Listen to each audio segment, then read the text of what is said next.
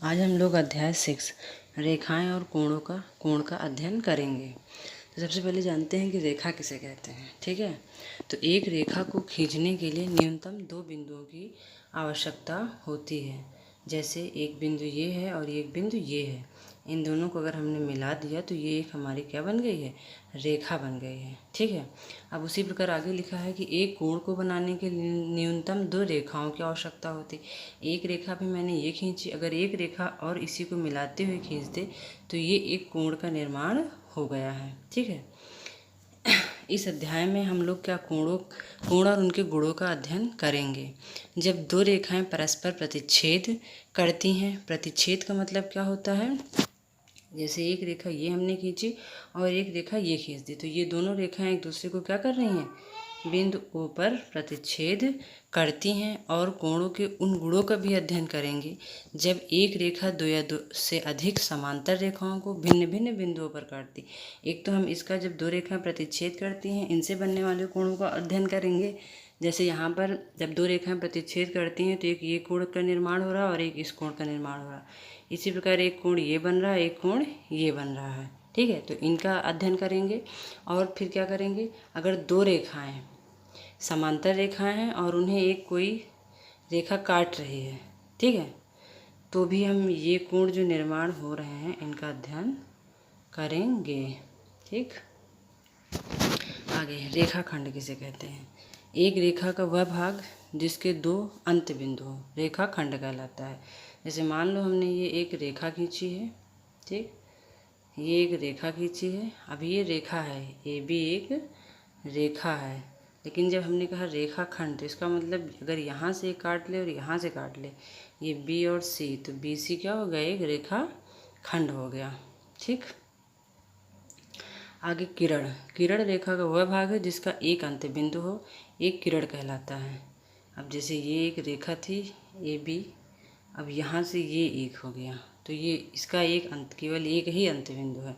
ये आगे कहीं तक भी बढ़ाई जा सकती है, तो इसको क्या कहेंगे, किरण कहेंगे।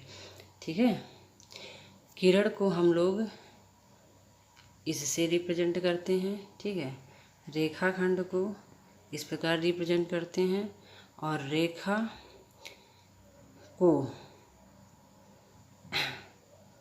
तथा रेखा को हम लोग क्या करते हैं, इससे रिप्रेजेंट करते हैं।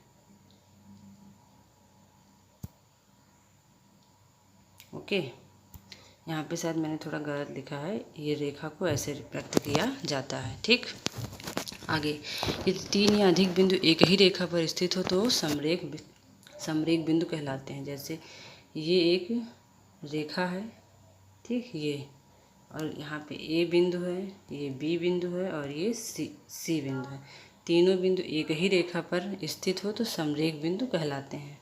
ठीक, आगे न्यून कोण पढ़ चुके हैं हम लोग, फिर भी एक बार देख लेते हैं। 0 से 90 डिग्री के बीच के कोण को न्यून कोण कहते हैं। सम कोण ठीक 90 डिग्री का होता है। अधिक कोण 90 से 180 डिग्री के बीच के कोण को अधिक कोण कहते हैं। ऋज कोण क्या कहते हैं, ठीक 180 डिग्री के कोण को ऋज कोण कहते हैं। प्रतिवर्ती कोण 180 डिग्री से अधिक और 360 से कम।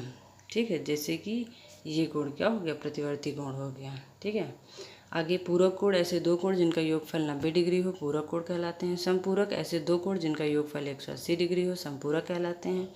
ठीक है, अब आसन्न कोण हम लोग पिछले साल पढ़े हैं, फिर एक बार देख लेते हैं। आसन्न कोण, ऐसे दो कोण जिनमें एक उभयनिष्ठ भुजा हो एक उभयनिष्ठ शीर्ष हो, क्या कहलाएगा, आसन्न कोण। अब जैसे ये मैंने एक कोण बनाया है, अब यहीं से एक रेखा बीच से और खींच देते हैं, तो देखो ये उभयनिष्ठ शीर्ष हो गया। ये दो कोण बन रहे हैं यहाँ पे, एक ये कोण और एक ये कोण, इनका उभयनिष्ठ शीर्ष ये है और ये उभयनिष्ठ एक रेखा है, तो ये वाला कोण और ये वाला कोण क्या कहलाएगा, आसन्न कोण कहलाएगा।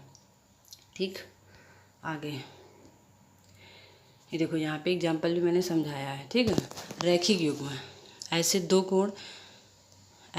कोण जो एक ही रेखा पर बने हों। जैसे ये एक रेखा मैंने खींच दी और इस रेखा को कहीं से भी एक तीसरी रेखा मतलब दूसरी रेखा प्रतिच्छेद करती है, तो ये जो दोनों कोण बन रहे हैं ये रैखिक युग्म के कोण कहलाएंगे और इनका योगफल हमेशा 180 डिग्री होता है। ठीक है, शीर्षाभिमुख कोण, जब दो रेखाएं एक दूसरे को प्रतिच्छेद करती हैं, ठीक, जब दो रेखाएं एक दूसरे को प्रतिच्छेद, जैसे अभी ये रेखा खींची और ये रेखा खींच दी, प्रतिच्छेद कर रही हैं, तो सम्मुख कोणों का युग्म शीर्षाभिमुख कोण कहलाता है। सम्मुख कोण जैसे ये इसके सामने है तो ये दोनों क्या होंगे, शीर्षाभिमुख कोण कहलाएंगे।